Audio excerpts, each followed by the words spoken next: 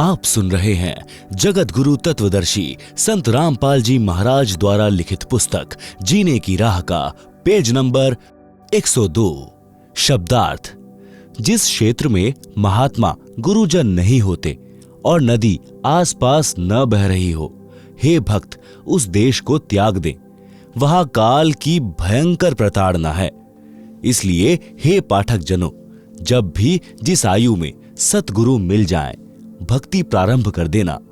संत गरीबदास जी ने कहा है कि चली गई सो जान दे, ले रहती को राख, उतरी लाव चढ़ाइयो, करो अपूठी चाक। भावार्थ। हे मानव, जो आयु बिना सद्गुरु मिले बीत चुकी हो, वह तो व्यर्थ गई। उसकी चिंता छोड़कर सच्ची लगन से शेष बची आयु में भक्ति करके कल्याण करवा ले। भक्ति पर लगने के पश्चात संसारिक कार्य भी आसान हो जाएंगे। जैसे कुएं से पानी निकालते समय नेजू यानी बाल्टी से बंधी रस्सी चक्र से उतर जाती तो बाल्टी को खींचना कठिन हो जाता था। नेजू को फिर से चक्र पर चढ़ाकर बाल्टी खींचना बहुत आसान हो जाता है। सतगुरु की शरण में आने से पहले लाव यानी रस्सी चक्र से उतरी हुई के समान पानी निकालना कठिन हो रहा था। उसी प्रकार सब कार्य कठिनता से बन रहे थे। भक्ति शुरू करते ही कार्य आसानी से बनने लगे।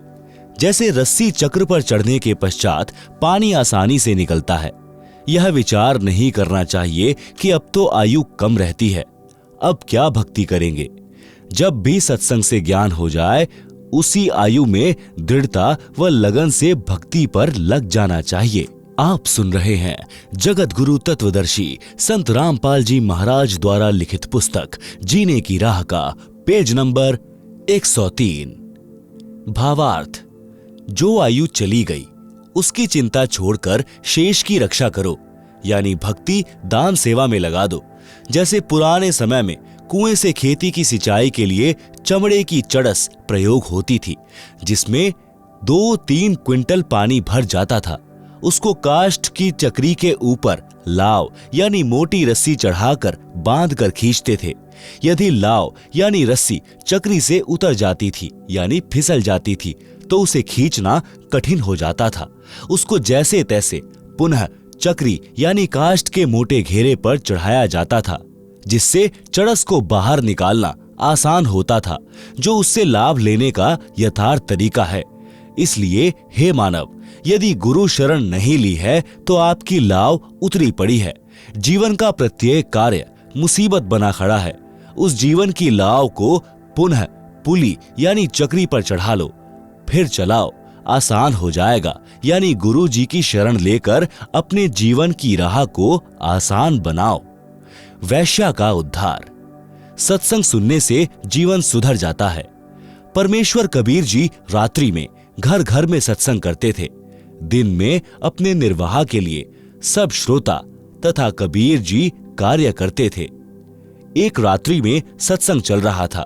थोड़ी दूरी पर काशी शहर की प्रसिद्ध वैश्या चंपाकली का आलीशान मकान था। उस रात्रि में वैश्या को ग्राहकों का टोटा था, जिस कारण से इंतजार में जाग रही थी। उसको परमात्मा कबीर जी के मुख कमल से प्रिय अमृतवाणी सुनाई दी। सत्संग में बताया गया कि मानव यानी स्त्री पुरुष का जीवन बड़े पुण्यों से प्राप्त होता है।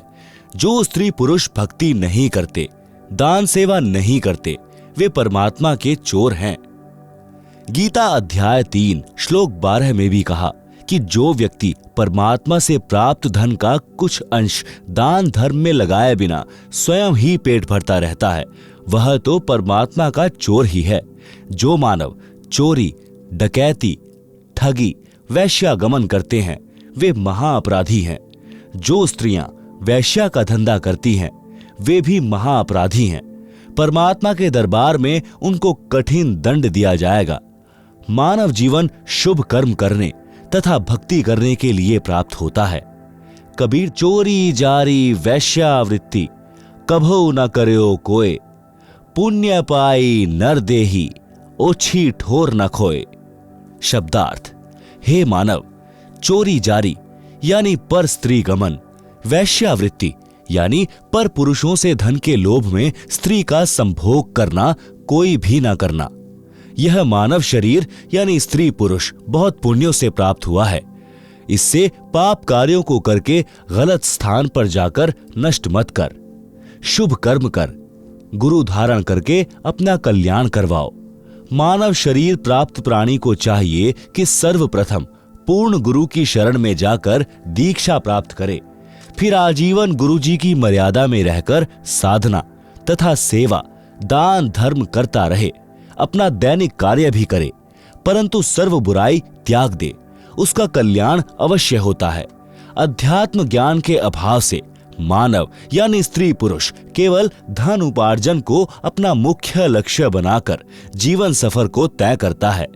यदि आपके पास अरब खरब तक धन संपत्ति है जो आपने पूरे जीवन में अटपट छल कपट करके संग्रह की है, अचानक मृत्यु हो जाती है, सारे जीवन का जोड़ा धन तो यही रह गया, साथ तो शरीर भी नहीं गया, साथ गए तो वे पाप जो पूरे जीवन में माया के संग्रह में हुए थे। आप सुन रहे हैं जगत गुरु तत्वदर्शी संत रामपाल जी महाराज द्वारा लिखित पुस्तक जीने की राह का पेज नंबर 104। काया तेरी है नहीं, माया कहां से होए, गुरु चरणों में ध्यान रख, इन दोनों को खोए। कबीर सब जग निर्धना, धनवंता ना कोय, धनवान वही जानिए, जापे राम नाम धन होए। भावार्थ, जिस काया को रोग मुक्त कराने के लिए मानव अपनी संपत्ति को भी बेचकर उपचार कराता है, कहा है कि काया भी आपके साथ नहीं जाएगी। माया की तो बात ही क्या है। पूर्ण गुरु जी से दीक्षा लेकर दिन रात्रि भक्ति कर, गुरु जी के बताए ज्ञान को आधार बनाकर जीवन की राह पर चल। काया तथा माया से मोह हटाकर भक्ति धन संग्रह कर। हे मानव, मानव का पिछला इतिहास देख ले। सर्व सोने की लंका थी, रावण से रणधीर, एक पलक में राज नष्ट हुआ, जम के पड़े जंजीर। भक्ति बिना क्या होत है, भ्रम रहा संसार, रति कंचन पाया नहीं, रावण चली बार। भावार्थ, संत गरीबदास जी ने भी इसी बात का समर्थन किया कि भक्ति बिना जीव को कोई लाभ नहीं होता। माया जोड़ने के लिए आजीवन भटकता रहता है। श्रीलंका के राजा रावण के पास अनंत धन स्वर्ण आदि था, परंतु संसार त्याग कर जाते समय 1 ग्राम स्वर्ण भी साथ नहीं ले जा सका। सत्य भक्ति सत्य पुरुष की न करने से यमदूतों के द्वारा बेल यानी हथकड़ी बांधकर ऊपर यमराज के पास ले जाया गया, नरक में डाला गया। इसलिए हे मानव, अशुभ कर्मों से डर, सत्य भक्ति गुरु धारण करके कर। शंका समाधान करते हुए परमेश्वर कबीर जी ने सत्संग में बताया कि आध्यात्मिक ज्ञान के ना होने के कारण अच्छे व्यक्तियों से भी पाप हुए हैं। जब उन्होंने सत्संग सुना तो सर्व अपराध त्याग कर भक्ति करके अपना कल्याण कराया है।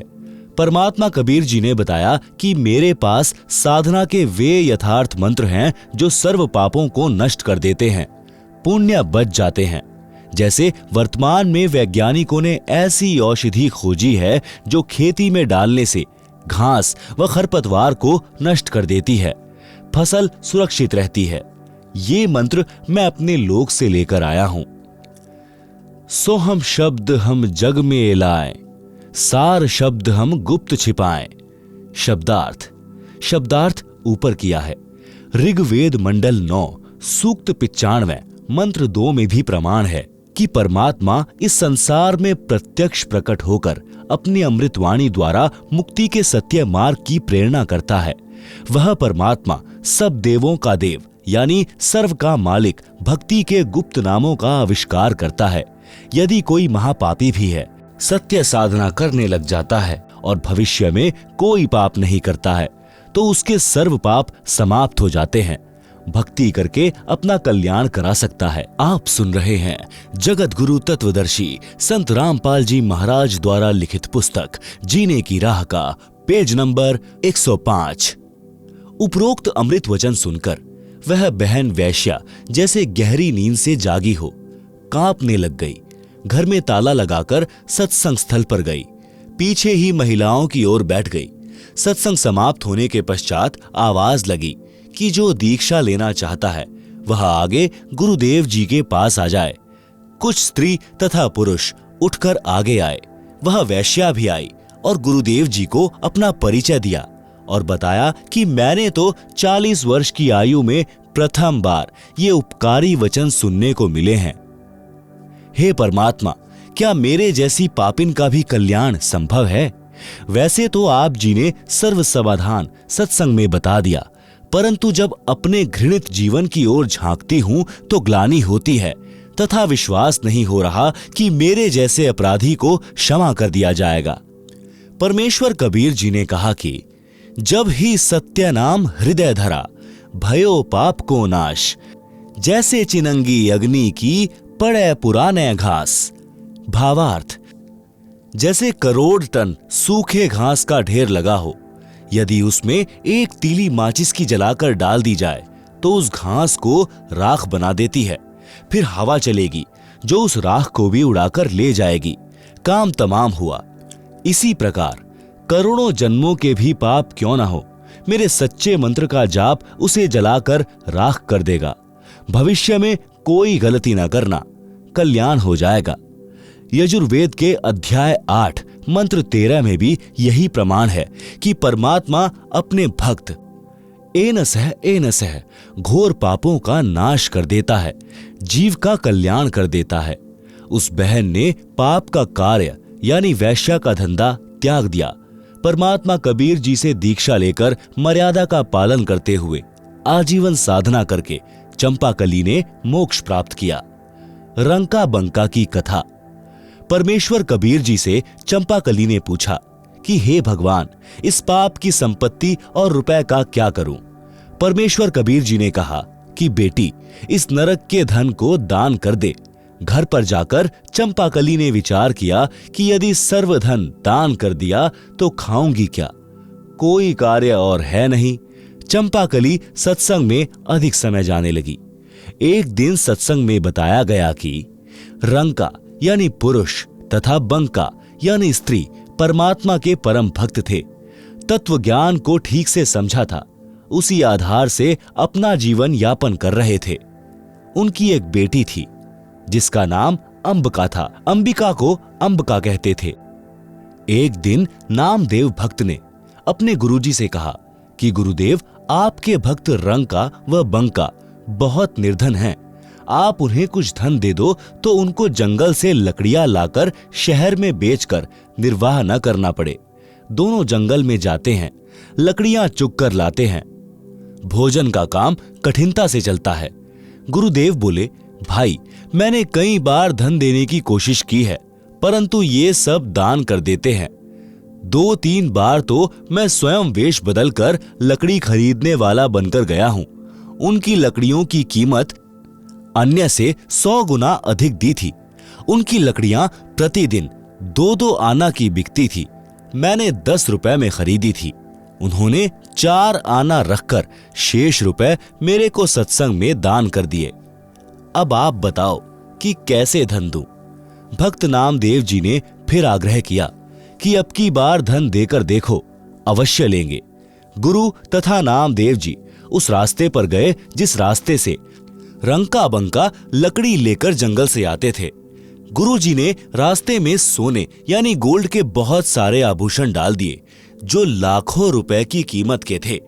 नामदेव तथा गुरुदेव एक झाड़ के पीछे छिपकर खड़े हो गए। रंका आगे आगे चल रहा था, सिर पर लकड़ियां रखकर, तथा उसके पीछे लकड़ियां लेकर बंका 200 फुट के अंतर में चल रही थी। भक्त रंका जी ने देखा कि स्वर्ण आभूषण बेशकीमती हैं और बंका नारी जाती है। कहीं आभूषणों को देखकर लालच आ जाए और अपना धर्म कर्म खराब कर ले, इसलिए पैरों से उन आभूषणों पर मिट्टी डालने लगा। भक्तमती बंका भी पूरे गुरु की चेली थी। उसने देखा कि पतिदेव गहनों पर मिट्टी डाल रहा है, उद्देश्य भी जान गई। आवाज लगाकर बोली कि चलो भक्त जी, क्यों मिट्टी पर मिट्टी डाल रहे हो? बंका जी समझ गए कि इरादे की पक्की है, कच्ची नहीं है। दोनों उस लाखों के धन का उल्लंघन करके नगर को चले गए। गुरुजी ने कहा कि देख लिया भक्त नामदेव जी, भक्त हो तो ऐसे। आप सुन रहे हैं जगत गुरु तत्वदर्शी संत रामपाल जी महाराज द्वारा लिखित पुस्तक जीने की राह का पेज नंबर 106। एक दिन शाम 4 बजे गुरुजी सत्संग कर रहे थे। सत्संग स्थल रंका जी की झोपड़ी से 4 एकड़ की दूरी पर था। रंका तथा बंका दोनों सत्संग सुनने गए हुए थे। उनकी बेटी अंबिका आयु 19 वर्ष झोपड़ी के बाहर चारपाई पर बैठी थी। झोपड़ी में आग लग गई, सब सामान जल गया। अंबिका दौड़ी दौड़ी आई और देखा कि सत्संग चल रहा था। गुरुजी सत्संग सुना रहे थे। श्रोता विशेष ध्यान से सत्संग सुनने में मग्न थे। शांति छाई थी। अंबिका ने जोर जोर से कहा कि माताजी, झोपड़ी में आग लग गई, सब सामान जल गया। माता बंकी उठी और बेटी को एक ओर ले गई और पूछा कि क्या बचा है। बेटी अंबिका ने बताया कि एक चारपाई बाहर थी, वही बची है। भक्त रंका भी उठकर आ गया था। दोनों ने कहा कि बेटी, उस चारपाई को भी आग के हवाले करके आ जा, सत्संग सुन ले। झोपड़ी नहीं होती तो आग नहीं लगती, आग नहीं लगती तो सत्संग के वचनों का आनंद भंग नहीं होता। अंबिका गई और चारपाई को झोपड़ी वाली आग में डालकर सत्संग सुनने आ गई। सत्संग के पश्चात घर गए। उस समय का खाना सत्संग में लंगर में खा लिया था। रात्रि में जली झोपड़ी के पास एक पेड़ के नीचे बिना बिछाए सो गए। भक्ति करने के लिए वक्त से उठे तो उनके ऊपर सुंदर झोपड़ी थी तथा सर्व बर्तन तथा आटा दाल आदि आदि मिट्टी के घड़ों में भरा था। उसी समय आकाशवाणी हुई कि भक्त परिवार, यह परमात्मा की मेहर है, आप इस झोपड़ी में रहो, यह आज्ञा है गुरुदेव की। तीनों प्राणियों ने कहा कि जो आज्ञा गुरुदेव। सूर्योदय हुआ तो नगर के व्यक्ति देखकर आश्चर्यचकित रह गए कि जो झोपड़ी दूसरे वृक्ष के साथ डली थी उस पुरानी की राख पड़ी थी। नई झोपड़ी 1 सप्ताह से पहले बन नहीं सकती थी। सबने कहा कि यह तो इनके गुरुजी का चमत्कार है। नगर के लोग देखें और गुरुजी से दीक्षा लेने का संकल्प करने लगे। हजारों नगरवासियों ने दीक्षा ली। यह सब लीला परमेश्वर कबीर जी ने काशी शहर में प्रकट होने से लगभग 200 वर्ष पूर्व की थी। उस समय भक्त नामदेव जी को भी शरण में लिया था। उपरोक्त कथा प्रसंग सुनकर भक्तमती चंपाकली के मन का भय समाप्त हो गया और सर्व संपत्ति तथा धन परमात्मा कबीर गुरुजी को समर्पित कर दिया। परमात्मा ने कहा कि बेटी, जब तू ही मेरी हो गई तो संपत्ति तो अपने आप ही मेरी हो गई। इस मेरी संपत्ति को उतनी रख ले जितने में तेरा निर्वाह चले, शेष दान करती रह। भक्तमती चंपाकली ने वैसा ही किया। मकान रख लिया और अधिकतर रुपए गुरुजी की आज्ञा अनुसार भोजन भंडारे यानी लंगर में दान कर दिए। आप सुन रहे हैं जगत गुरु तत्वदर्शी संत रामपाल जी महाराज द्वारा लिखित पुस्तक जीने की राह का पेज नंबर 107। कबीर जी द्वारा शिष्यों की परीक्षा लेना। बंदी छोड़ कबीर परमेश्वर जी द्वारा अनेकों अनहोनी लीलाएं करने से प्रभावित होकर 64 लाख शिष्य बने थे। परमेश्वर तो भूत भविष्य तथा वर्तमान की जानते हैं। उनको पता था कि ये सब चमत्कार देखकर तथा इनको मेरे आशीर्वाद से हुए भौतिक लाभों के कारण मेरी जय जयकार कर रहे हैं। इनको मुझ पर विश्वास नहीं है कि मैं परमात्मा हूं, परंतु देखा देखी कहते अवश्य है कि कबीर जी हमारे सद्गुरु जी तो स्वयं परमात्मा आए हैं। अपने लाभ भी बताते थे। एक दिन परमेश्वर कबीर जी ने शिष्यों की परीक्षा लेनी चाहिए कि देखूं तो कितने ज्ञान को समझे हैं। यदि इनको विश्वास ही नहीं है तो ये मोक्ष के अधिकारी नहीं है, ये तो मेरे सिर पर व्यर्थ का भार है। यह विचार करके एक योजना बनाई। अपने परम शिष्य रविदास से कहा कि एक हाथी किराए पर लाओ। काशी नगर में एक सुंदर वैश्या थी। उसके मकान से थोड़ी दूरी पर किसी कबीर जी के भक्त का मकान था। कबीर जी उसके आंगन में रात्रि के समय सत्संग कर रहे थे।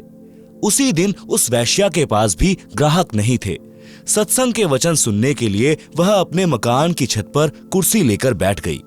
पूर्ण रात्रि सत्संग सुना और उठकर सत्संग स्थल पर गई तथा परमात्मा कबीर जी को अपना परिचय दिया तथा कहा कि गुरुजी, क्या मेरे जैसी पापिनी का भी उद्धार हो सकता है? मैंने अपने जीवन में प्रथम बार आत्म कल्याण की बातें सुनी हैं। अब मेरे पास दो ही विकल्प हैं कि या तो मेरा कल्याण हो या मैं आत्महत्या करके पापों का प्रायश्चित करूं। परमात्मा कबीर जी ने कहा, बेटी, आत्महत्या करना महापाप है। भक्ति करने से सर्व पाप परमात्मा नष्ट कर देता है। आप मेरे से उपदेश लेकर साधना करो और भविष्य में पापों से बचकर रहना। उस बहन ने प्रतिज्ञा की और परमात्मा कबीर जी से दीक्षा लेकर भक्ति करने लगी तथा जहां भी प्रभु कबीर जी सत्संग करते वहीं सत्संग सुनने जाने लगी, जिस कारण से कबीर जी के भक्तों को उसका सत्संग में आना अच्छा नहीं लगता था। वे उस लड़की को कहते थे कि तेरे कारण गुरु जी की बदनामी होती है, तू सत्संग में मत आया कर, तू सबसे आगे गुरु जी के पास बैठती है, वहां ना बैठा कर। लड़की ने ये बातें गुरु कबीर जी को बताई और फूट फूट कर रोने लगी। परमेश्वर जी ने कहा कि बेटी, आप सत्संग में आया करो। कबीर जी ने सत्संग वचनों द्वारा स्पष्ट किया कि मैला कपड़ा साबुन और पानी से दूर रहकर निर्मल कैसे हो सकता है। इसी प्रकार पापी व्यक्ति सत्संग से तथा गुरु से दूर रहकर आत्म कल्याण कैसे करा सकता है। भक्त वैश्य तथा रोगी से नफरत नहीं करते, सम्मान करते हैं, उसको ज्ञान चर्चा द्वारा मोक्ष प्राप्ति की प्रेरणा करते हैं। परमात्मा कबीर जी के बार बार समझाने पर भी भक्तजन उस लड़की को सत्संग से मना करते रहे तथा बहाना करते थे कि तेरे कारण गुरु जी काशी में बदनाम हो गए हैं। काशी के व्यक्ति हमें बार बार कहते हैं कि तुम्हारे गुरु जी के पास वैश्या भी जाती है, वह काहे का गुरु है। आप सुन रहे हैं जगत गुरु तत्वदर्शी संत रामपाल जी महाराज द्वारा लिखित पुस्तक जीने की राह का पेज नंबर 108। उस लड़की से कहा कि बेटी, आप मेरे साथ हाथी पर बैठकर चलोगी? लड़की ने कहा, जो आज्ञा गुरुदेव। अगले दिन सुबह लगभग 10 बजे हाथी के ऊपर तीनों सवार होकर काशी नगर के मुख्य बाजार में से गुजरने लगे। संत रविदास जी हाथी को चला रहे थे।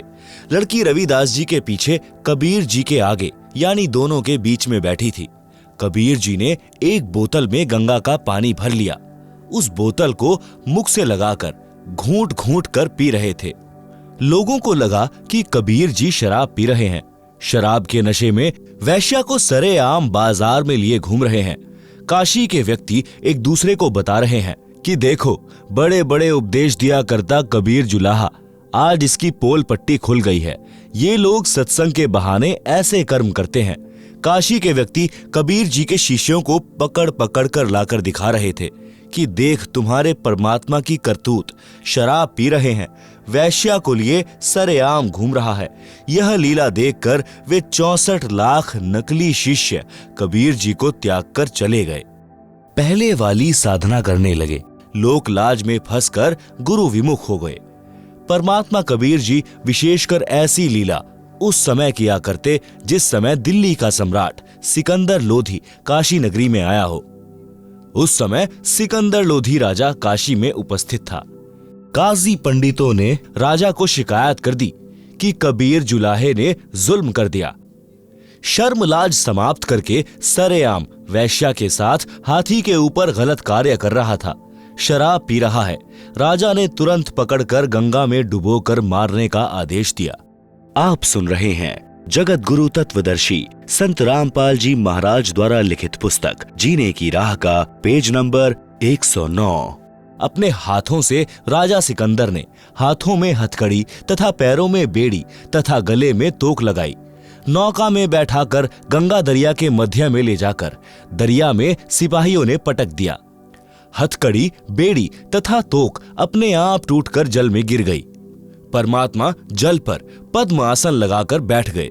नीचे से गंगा जल चक्कर काटता हुआ बह रहा था। परमात्मा जल के ऊपर आराम से बैठे थे। कुछ समय उपरांत परमात्मा कबीर जी गंगा के किनारे आ गए। सिपाहियों ने शेख तकी के आदेश से कबीर जी को पकड़कर नौका में बैठाकर कबीर परमात्मा के पैरों तथा कमर पर भारी पत्थर बांधकर हाथ पीछे को रस्सी से बांधकर गंगा दरिया के मध्य में फेंक दिया। रस्से टूट गए, पत्थर जल में डूब गए। परमेश्वर कबीर जी जल के ऊपर बैठे रह गए। जब देखा कि कबीर गंगा दरिया में डूबा नहीं, तो क्रोधित होकर शेख तकी ने राजा से कहकर तोप के गोले मारने का आदेश दे दिया। पहले कबीर जी को पत्थर मारे, गोली मारी, तीर मारे। अंत में तोप के गोले 4 पहर यानी 12 घंटे तक कबीर जी के ऊपर चलाए। कोई तो वही किनारे पर गिर जाता, कोई दूसरे किनारे पर जाकर गिरता, कोई दूर तालाब में जाकर गिरता। एक भी गोला, पत्थर, बंदूक की गोली या तीर परमेश्वर कबीर जी के आसपास भी नहीं गया। इतना कुछ देखकर भी काशी के व्यक्ति परमेश्वर को नहीं पहचान पाए। तब परमेश्वर कबीर जी ने देखा कि ये तो अक्ल के अंधे हैं। उसी समय गंगा के जल में समा गए और अपने भक्त रविदास जी के घर प्रकट हो गए।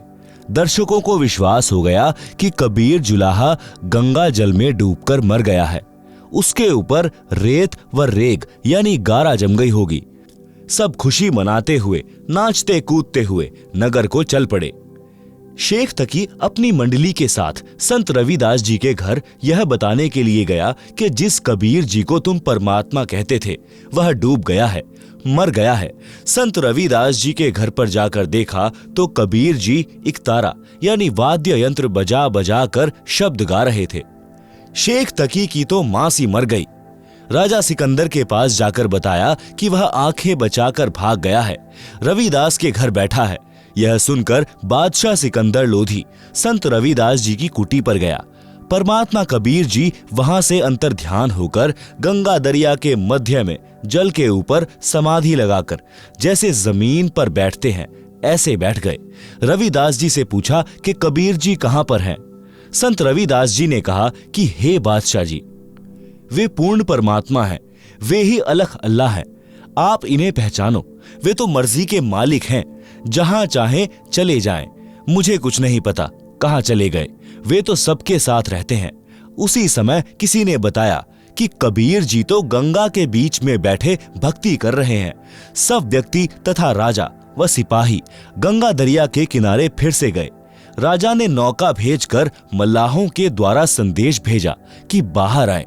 मल्लाहों ने नौका कबीर जी के पास ले जाकर राजा का आदेश सुनाया कि आपको सिकंदर बादशाह याद कर रहे हैं, आप चलिए। परमेश्वर कबीर जी उस जहाज यानी बड़ी नौका में बैठकर किनारे आए। आप सुन रहे हैं जगत गुरु तत्वदर्शी संत रामपाल जी महाराज द्वारा लिखित पुस्तक जीने की राह का पेज नंबर 110। राजा सिकंदर ने फिर गिरफ्तार करवाकर हाथ पैर बांधकर खूनी हाथी से मरवाने की आज्ञा कर दी। चारों ओर जनता खड़ी थी। सिकंदर ऊंचे स्थान पर बैठे थे। परमात्मा को बांध जोड़कर पृथ्वी पर डाल रखा था। महावत यानी हाथी के ड्राइवर ने हाथी को शराब पिलाई और कबीर जी को कुचलकर मरवाने के लिए कबीर जी की ओर बढ़ा। कबीर जी ने अपने पास एक बब्बर सिंह खड़ा कर दिया। वह केवल हाथी को दिखा। हाथी चिंघाड़ कर डर के मारे वापस भाग गया। महावत को नौकरी का भय सताने लगा। हाथी को भाले मार मार कर कबीर जी की ओर ले जाने लगा, परंतु हाथी उल्टा भागे। तब पीलवान यानी महावत को भी शेर खड़ा दिखाई दिया तो डर के मारे उसके हाथ से अंकुश गिर गया। हाथी भाग गया। परमेश्वर कबीर जी के बंधन टूट गए। कबीर जी खड़े हुए तथा अंगड़ाई ली तो लंबे बढ़ गए। सिर आसमान को छुआ दिखाई देने लगा। प्रकाशमान शरीर दिखाई देने लगा। सिकंदर राजा भय से कांपता हुआ परमेश्वर कबीर जी के चरणों में गिर गया। क्षमा याचना की तथा कहा कि आप परमेश्वर हैं, मेरी जान बख्शो, मेरे से भारी भूल हुई है। मैं अब आपको पहचान गया हूं। आप स्वयं अल्लाह पृथ्वी पर आए हो। तब परमेश्वर कबीर जी काशी नगर में आए तथा उसी गणिका के मकान में चौक में बैठ गए। लड़की परमात्मा के चरण दबा रही थी। परमेश्वर कबीर जी के पैर अपनी सांथलों यानी घुटनों से ऊपर की टांग पर रख लिए। नोट: इन वाणियों का शब्दार्थ ऊपर संक्षेप में किया है। फिर गणिका के संग चले, शीशी भरी शराब, गरीब दास उस पुरी में जुल्हा भया खराब। तारी बाजी पुरी में भिष्ट जुल्ह दी नीच, गरीब दास गणिका सजी दहूं संतों के बीच।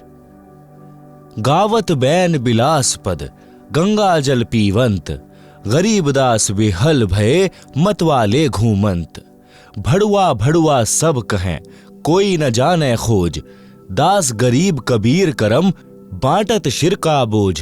देखो गनी का संगी लई कहते कौम 36।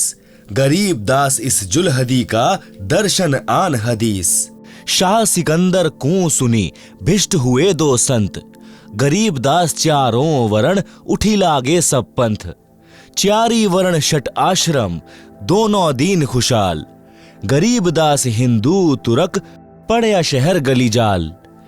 शाह सिकंदर कह गए सुनी कबले अरदास। गरीब दास तलबां हुई पकड़े दोनों दास। कहो कबीर यो क्या किया गनिका लिन्ही संग। गरीब दास भूले भक्ति परया भजन में भंग। सुनो सिकंदर बादशाह हमरी अरज आवाज। गरीब दास वह राखिसी जिन यो साज्या साज। जड़ियां तोंक जंजीर गल शाह सिकंदर आप। गरीब दास पदलीन है तारी अजपा जाप। हाथों जड़ी हथकड़ी पग बेड़ी पहिराए। गरीब दास बीच गंग में तहां दीन्हा छिटकाए। झड़ी गए तोंक जंजीर सब लगे किनारे आए। गरीब दास देखे खलक स्यों काजी बादशाह।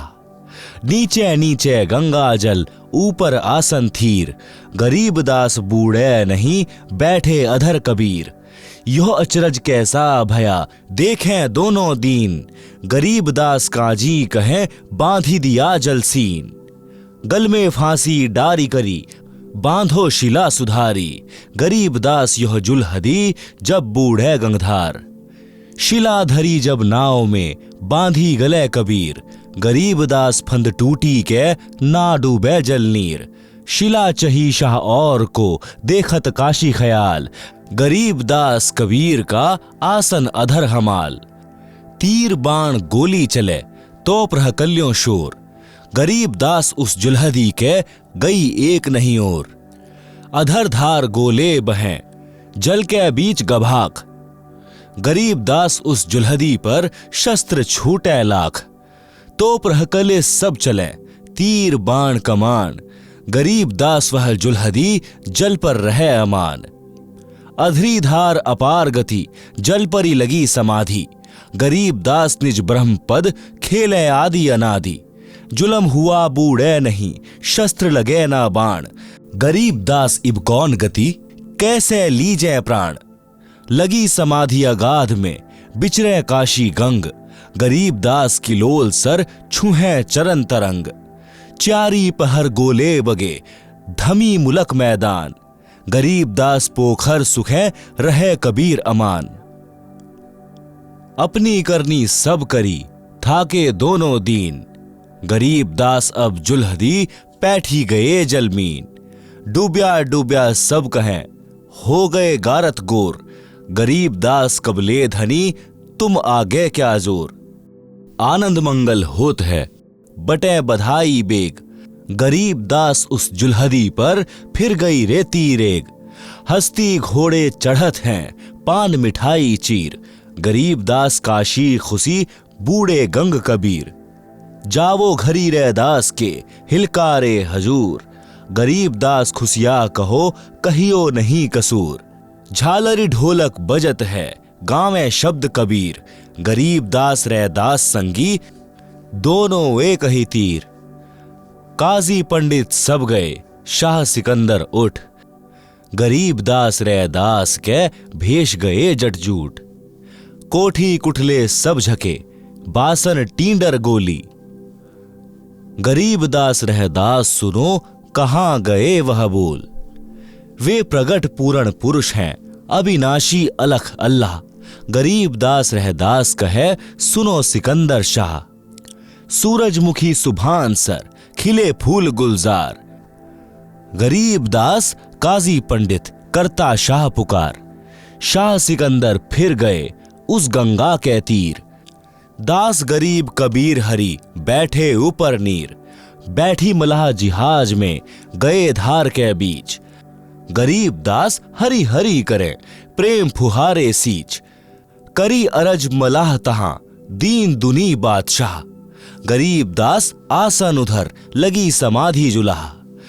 भंवर फिरत हैं गंग जल फूल उगाने कोटि। गरीब दास तहां बंदगी हरिजन हरि की ओट। संकल सीढ़ी लाय करी उतरे तहां मलाह। गरीब दास हम बंदगी याद किए बादशाह। बैठ कबीर जहाज में आए गंगा घाट। गरीब दास काशी थकी हांडे बहु विधि बाट।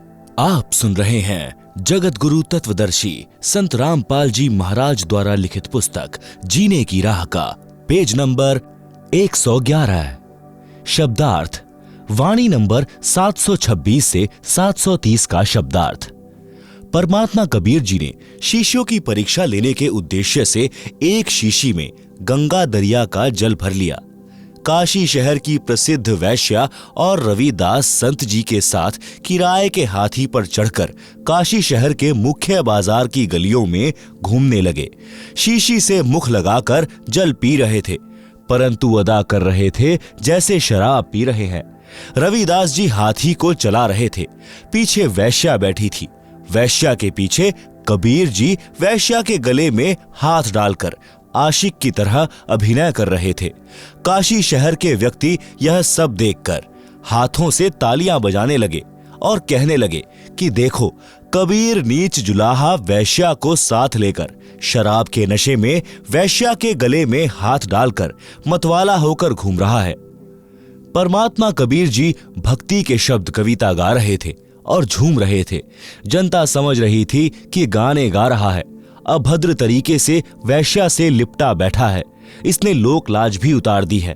काशी नगर के सब नागरिक कबीर जी को भड़वा भड़वा यानी व्यभिचारी व्यभिचारी कहने लगे, परंतु इस राज को कोई नहीं समझ पा रहा था कि परमात्मा कबीर जी सतगुरु रूप में अनेकों शिष्यों को दीक्षा दे चुके थे।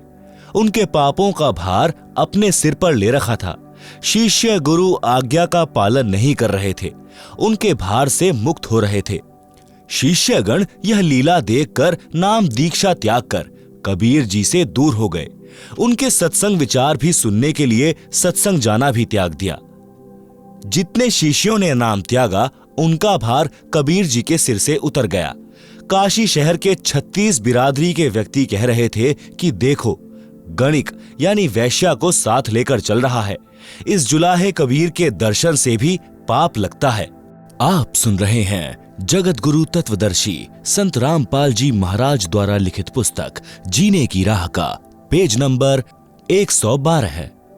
वाणी नंबर 731 से 754 का शब्दार्थ।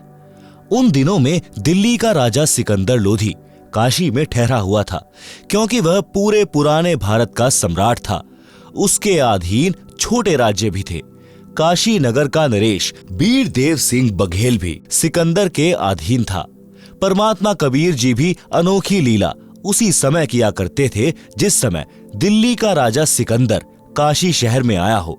परमेश्वर तो जानते हैं कि जितने भी मानव जिस जिस धर्म के हैं तथा अन्य जीव सब उसी के अपने बच्चे हैं, उन्हीं के वचन से उत्पन्न हैं। पिता होने के नाते परमेश्वर कबीर जी भी अपने बच्चों को काल ब्रह्म के चंगुल से निकालने के लिए प्रयत्न करते रहते हैं। परमेश्वर कबीर जी चाहते थे कि किसी तरह सिकंदर को मेरे सामर्थ्य का पता चल जाए और यह अपने राज वाले क्षेत्र में मेरे सत्य ज्ञान के प्रचार में सहयोग करे तथा अपना भी कल्याण करवाए। भारत में हिंदू गुरु ब्राह्मणों तथा मुसलमान काजी मुल्लाओं की आपस में कभी नहीं बनती थी। धर्म के नाम पर झगड़ा खड़ा किए रहते थे, परंतु जब कबीर जी की त्रुटि उन्हें मिल जाती तो सब एक होकर कबीर जी का जोरदार विरोध करते थे। कारण यह था कि परमात्मा कबीर जी दोनों धर्मों के प्रचारकों के ज्ञान को गलत सिद्ध करते थे। कहते थे कि इन धर्म प्रचारकों को अपने धर्म ग्रंथों का भी ज्ञान नहीं है, सब के सब शास्त्रों के विरुद्ध ज्ञान व भक्ति बताते हैं, जिस कारण से साधकों को कोई अध्यात्म लाभ परमात्मा की ओर से नहीं मिल रहा है। कबीर जी से दीक्षा लेने वालों को तुरंत लाभ मिलता था। यही कारण था कि उस समय परमात्मा कबीर जी के 64 लाख शिष्य हो गए थे। सब महादुखी थे। दीक्षा व आशीर्वाद से सबका कष्ट नष्ट होकर सब सुखी हो गए थे।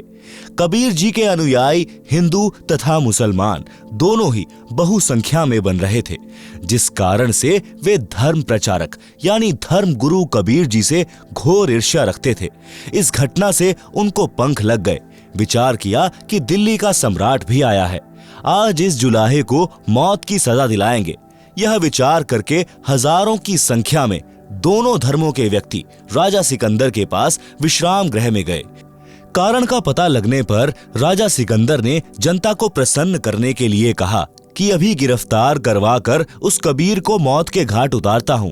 संत रविदास जी तथा परमात्मा कबीर जी दोनों को पुलिस पकड़ लाई।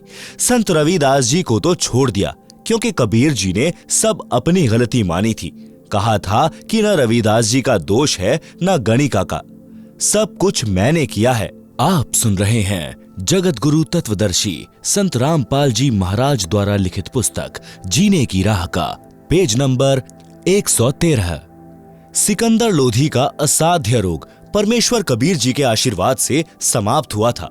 कमाल लड़के को तथा कमाली लड़की को तथा स्वामी रामानंद को, जिसकी हत्या सिकंदर लोधी राजा ने की थी, राजा के सामने मुर्दों को जीवित किया था। राजा सिकंदर भी कबीर जी को गुरु मानता था, परंतु अधिक जनता को देखकर तथा अक्षम्य अपराध मानकर कानून व्यवस्था राज में बनाए रखने के उद्देश्य से सिकंदर ने कबीर जी को गिरफ्तार करवाया। फिर भी कुछ गुरु मर्यादा का ध्यान रखते हुए प्रश्न किया कि हे कबीर जी, आप इतने नेक विचारों वाले थे, यह क्या कर बैठे? आपने वैश्या को साथ लिया, आप भक्ति भूल गए, आपका भजन यानी नाम खंड हो गया, भक्ति का नाश कर लिया। कबीर जी ने उत्तर दिया कि हे सिकंदर बादशाह, आपके प्रश्न का उत्तर सुनो।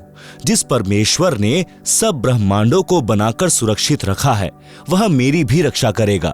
सिकंदर लोधी राजा ने जनता को शांत करने के उद्देश्य से अपने हाथों से कबीर परमेश्वर के हाथों में हथकड़ी, पैरों में बेड़ी, गले में तोक पहनाकर गंगा दरिया के मध्य में डालकर मारने का आदेश सुना दिया। राजा के आदेशानुसार कबीर जी को गंगा नदी के मध्य में नौका के द्वारा ले जाकर जल में डाल दिया। परमेश्वर कबीर जी के हाथों की हथकड़ी, पैरों की बेड़ी तथा गले की तोक वाली जंजीर टूटकर जल में गिर गई और परमात्मा कबीर जी जल के ऊपर बैठे रहे। यह देखकर काजियों ने कहा कि कुछ इसने जादू तंत्र करके जल को बांध दिया है, इस कारण से नहीं डूब रहा। कुछ समय तक जल पर बैठे रहे, फिर गंगा नदी के किनारे की ओर उसी स्थान पर आ गए जिस स्थान से नौका में बैठा कर ले गए थे। उस स्थान पर यानी गंगा दरिया के किनारे पर कई हजार व्यक्ति देखने के लिए उपस्थित थे। राजा सिकंदर भी उपस्थित था। काजी व मुल्ला तथा ब्राह्मणों ने विचार करके राजा से कहा कि इसके गले में पत्थर की भारी वजन वाली शिला बांधकर दरिया के मध्य डाला जाए, यह तब डूबेगा। नौका में कबीर जी को बैठाकर गले में लोहे की मोटी जंजीर से पत्थर की भारी शिला बांधकर गंगा नदी के मध्य में जल में पटक दिया। जंजीर टूट गई। पत्थर की शिला जल के ऊपर तैरती हुई तेजी से चलकर सिकंदर राजा की ओर आई। कबीर जी जल के ऊपर पालथी लगाकर सुखासन पर बैठे रहे। अथाह जल नीचे नीचे बह रहा है। परमात्मा कबीर जी जल में डूबे नहीं। जल की लहरें परमेश्वर जी के चरण छूकर उछल उछल कर किलोल कर रही थी। राजा ने आदेश दिया कि तीर मारकर इसका अंत कर दो। जब बहुत समय तक तीर बाणों से कबीर जी नहीं मरे तो तोप यंत्र मंगाया गया। तोप के गोले तथा तीर दोनों ही छोड़े गए, परंतु एक भी परमेश्वर कबीर जी की ओर नहीं गया। कोई गोला उसी किनारे के पास दरिया में गिरे, कोई दूर गिरे। कुछ तोप के गोले तो दूर तालाबों में गिरे जिनका जल ही सूख गया। तोप के कुछ गोले दाएं बाएं गिर रहे थे। परमात्मा कबीर जी के निकट एक भी तीर बाण व तोप का गोला नहीं गया। यह प्रयत्न 4 पहर यानी 12 घंटे तक चला, परंतु कबीर जी नहीं मरे। पूर्ण परमात्मा कबीर जी अविनाशी हैं। अविनाशी को कौन मार सकता है। वे जनता को लीला के माध्यम से अपना सामर्थ्य दिखा रहे थे, परंतु काल ब्रह्म ने बुद्धि हर रखी थी।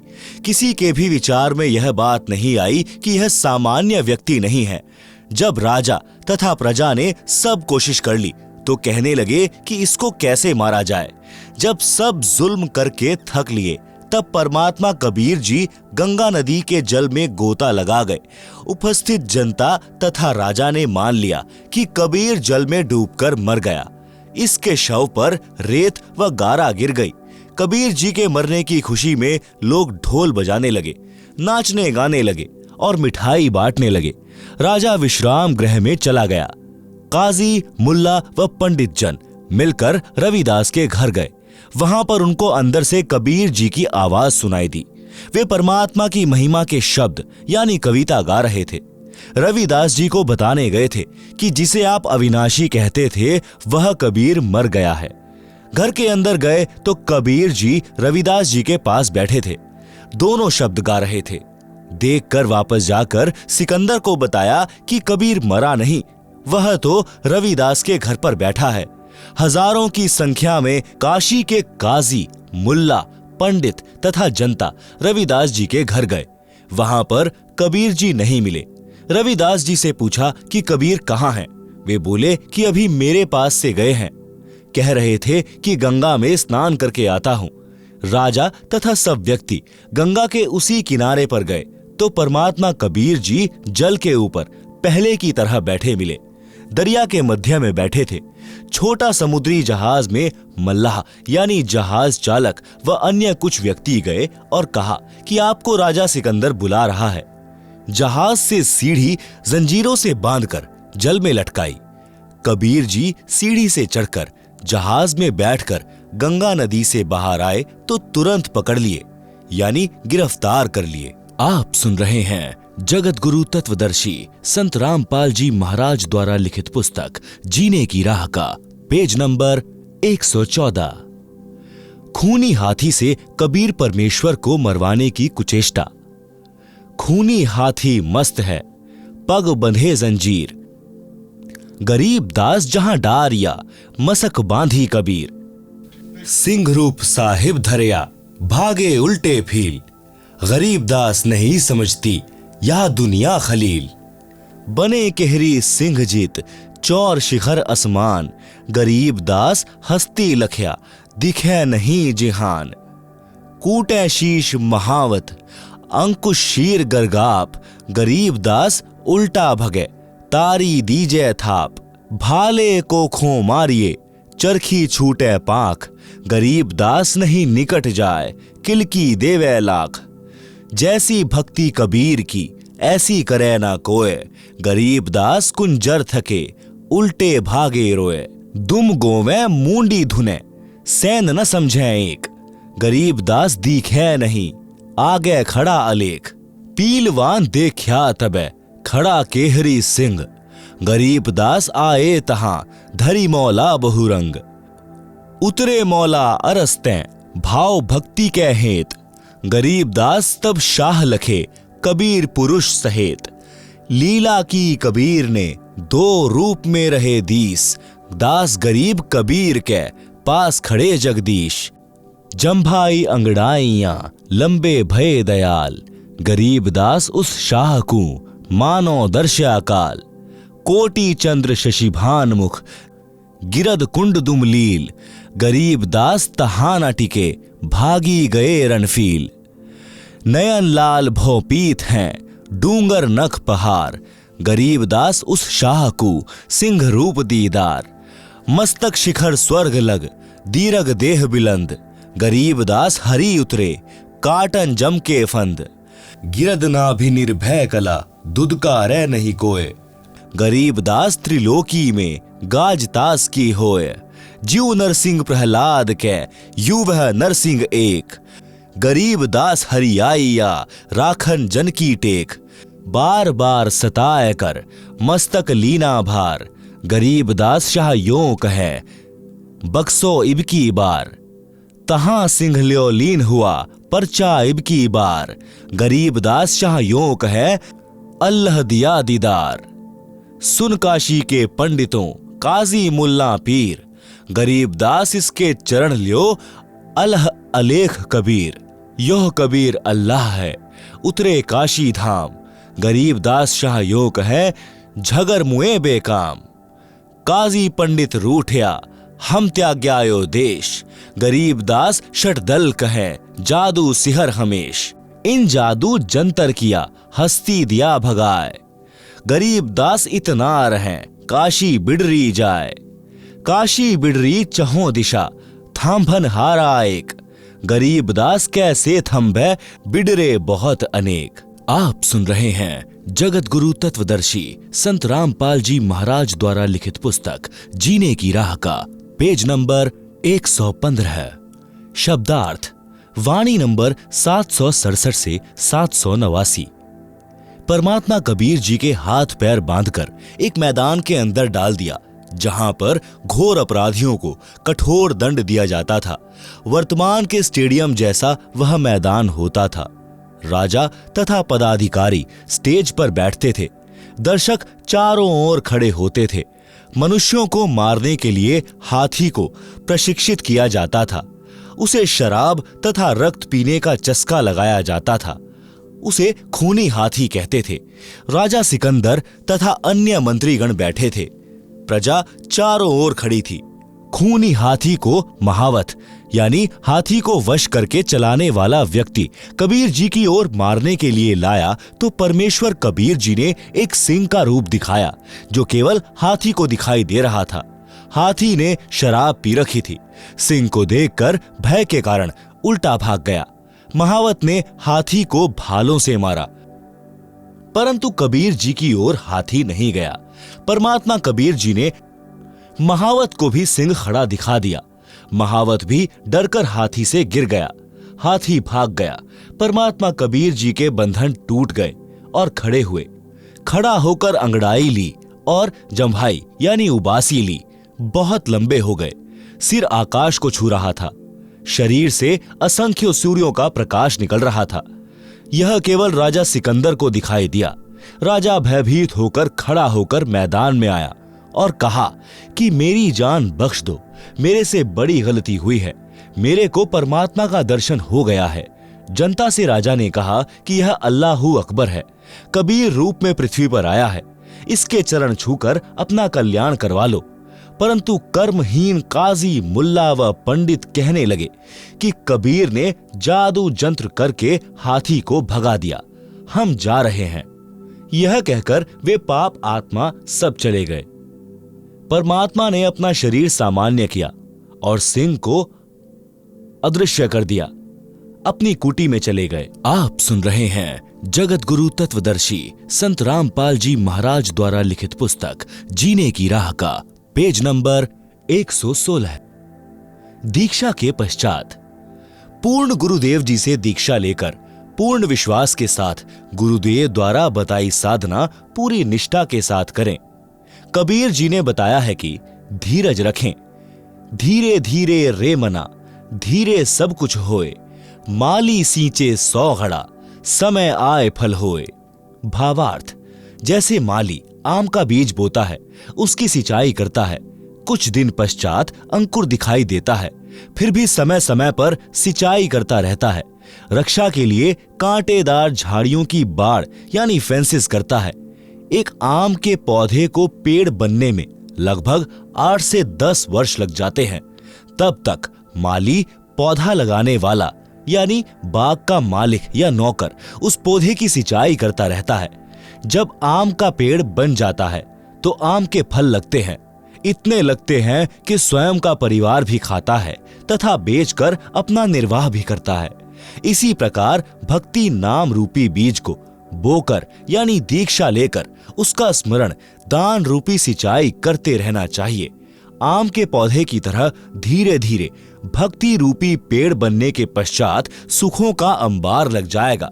जैसे आम के पेड़ को टनों आम लगे, खाए और बेचकर धन कमाया, इसी प्रकार भक्त को धीरज रखना चाहिए।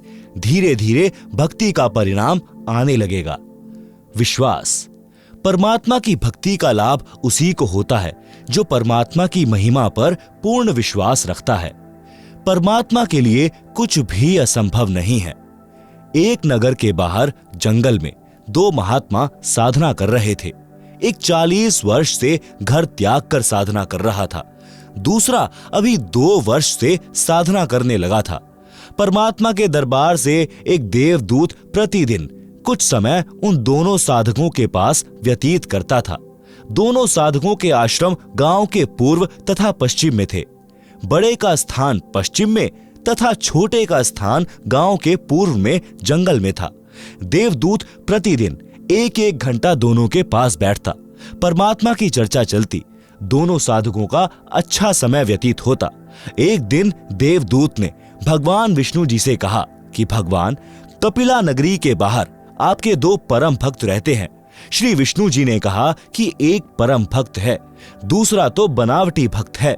देवदूत ने विचार किया कि जो 40 वर्ष से साधना रत है वह पक्का भक्त होगा, क्योंकि लंबी लंबी दाढ़ी, सिर पर बड़ी जटा यानी केश हैं और समय भी 40 वर्ष बहुत होता है। देवदूत बोला कि हे प्रभु, जो 40 वर्ष से आपकी भक्ति कर रहा है वह होगा परम भक्त। प्रभु ने कहा नहीं, दूसरा जो 2 वर्ष से साधना में लगा है। प्रभु ने कहा कि देवदूत, मेरी बात पर विश्वास नहीं हुआ। देवदूत बोला, प्रभु ऐसा नहीं है, परंतु मेरी तुच्छ बुद्धि यही मान रही है कि बड़ी आयु वाला भी अच्छा भक्त है।